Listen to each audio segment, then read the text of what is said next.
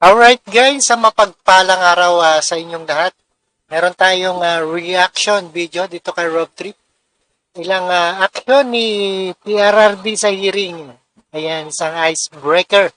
Dating Pangulong posibleng dumalo uli. Ayan, natuwa sa Quadcom Atin naniniwala ang isang co-chairperson ng House Quadruple Committee, Quadcom, na dadalo uli ang dating Pangulong Rodrigo Duterte sa susunod nilang pandinig. Alright, samantala itinuring naman ng poor house panel ng icebrecker ang ilang naging aksyon ng dating Pangulo laban sa ilang kritiko ng pandinig na maaari nilang bahagi ng kanyang personalidad.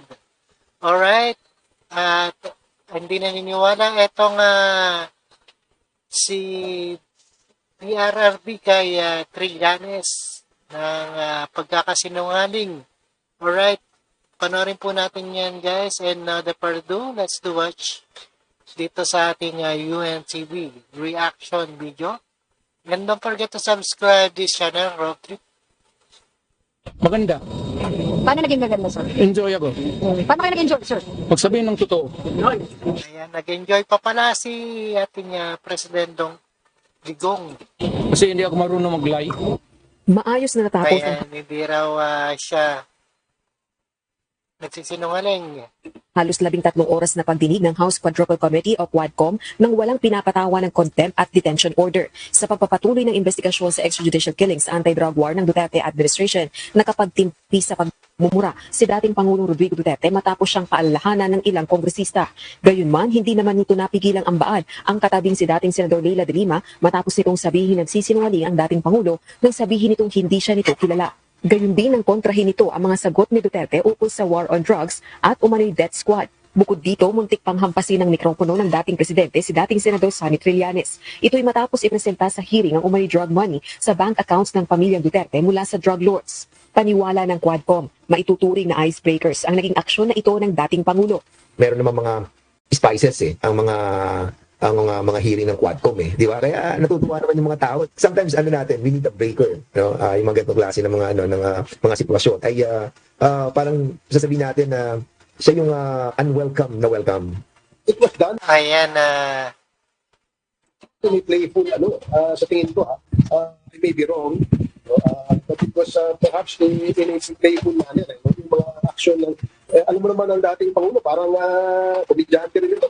Kaya naman inaasahan pa rin ang pagdalo ng dating Pangulo sa susunod na pagdinig. Ako, tingin ko, no? Doon nag-enjoy si Presidente. Tingin ko si Presidente ayan natin uli yan sa Senate hearing. At maganda kayo, yung mga quadrocom. sa susunod. So hindi na kayo pupunta, sir, mga susunod na pagdinig? Hindi, maybe not. Depende mo. Ako, may pera ako. Hindi mo sasabi wala. Pero yung savings ko, ma'am, hanggang kailan ako mamatay? Aminado naman ang Quadcom na kailangang pag-aralang mabuti ng 4 House panels ang naging pahayag ni dating Pangulong Duterte sa legislative inquiry kaugnay ng issue ng EJK sa anti-drug war nito. Ito ay lalo na't may mga pagkakataong kumakabig ang dating Pangulo sa mga naging pahayag nito. Siguro, kailangan pa namin upuan, pagkaintindihin at pasahin. Ayan, pag-aralan nyo muna. At hindi kayo ubra kay Digong Duterte. Mabuti. At pakinggan mo ulit, ano yung niya, yung totoong doon. So we will have to ask the consensus of all the members in order to determine ano ba talaga yun. Sa Wednesday hearing, Ayan, mga pahayag ni PRRD sa Quadcom hearing. Pag-aaralan mabuti ng mga tuwadcom. Alright? patay siya ang ginawa noong alkalde pa ito ng Davao. At bagaman hinamon ng International Criminal Court na imbestigahan na siya sa EJ case ng anti-drug war, iginiit din ni Duterte na wala pa ring jurisdiksyon ng ICC sa Pilipinas. Nagpahayag din ito sa pagdinig ng kahandaang pumirma ng bank secrecy waiver para patunayang kasinungalingan ang mga akusasyon sa kanya ni dating Senador Trillanes. Gayunman, sinabi rin nito kinalauna na dapat ring pumirma ng waiver ang ibang personalidad na ituturo niya. Rosalie Cole. Ayan, dapat talagang pumirma ng waiver mga tinuturo ni Digong. Alright, maraming salamat sa panonood at pakinig, and don't forget to subscribe this channel, Rob Trip. And see us again the next one. Alright, and peace out. Thank you guys.